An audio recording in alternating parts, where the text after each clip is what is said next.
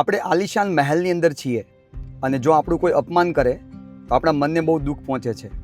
અને આપણે ઝોપડીની અંદર છીએ અને આપણી જો કોઈ પ્રશંસા કરે તો આપણે એનાથી બહુ ખુશ અનુભવીએ છીએ. તો લાઈફમાં દરેક લોકોને પોતાના સફરને સુહાનો બનાવવો છે, સારો સફર બનાવવો છે, પણ એને બનાવવામાં રોકાવામાં સૌથી વધારે જવાબદાર છે એ છે આપણું મન.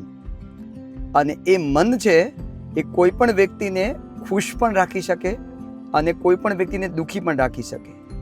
અને એ થવાનું સૌથી મોટું કારણ છે એ છે ચિંતા. એક બાળકને પોતાના સ્ટડીની ચિંતા હોય છે, સારા માર્કની ચિંતા હોય છે અને આ ચિંતાને રોજ સતાવે છે. સારા માર્ક પછી ચિંતા હોય છે સારી જોબની, સારી જોબ મળવાની ચિંતા. અને સારી જોબ મળ્યા પછી ચિંતા હોય છે એ છે લગ્નની, મેરેજની. અને મેરેજ પછી પણ ચિંતા શું ઓછી થાય છે? એ ચિંતાના કારણે આપણી પરિસ્થિતિ સેમ હોય પણ એ પરિસ્થિતિમાં એક વ્યક્તિ એવો છે જે દુઃખી છે અને એક વ્યક્તિ એવો છે જે ખુશ છે. સો એનો મિનિંગ આપણને લાઈફની અંદર મોત એક જ વાર મળે છે પણ જીવન એવરી સિંગલ ડે મળે છે. પણ એ જીવનને કેમ જીવીએ છીએ એ ઇમ્પોર્ટન્ટ છે.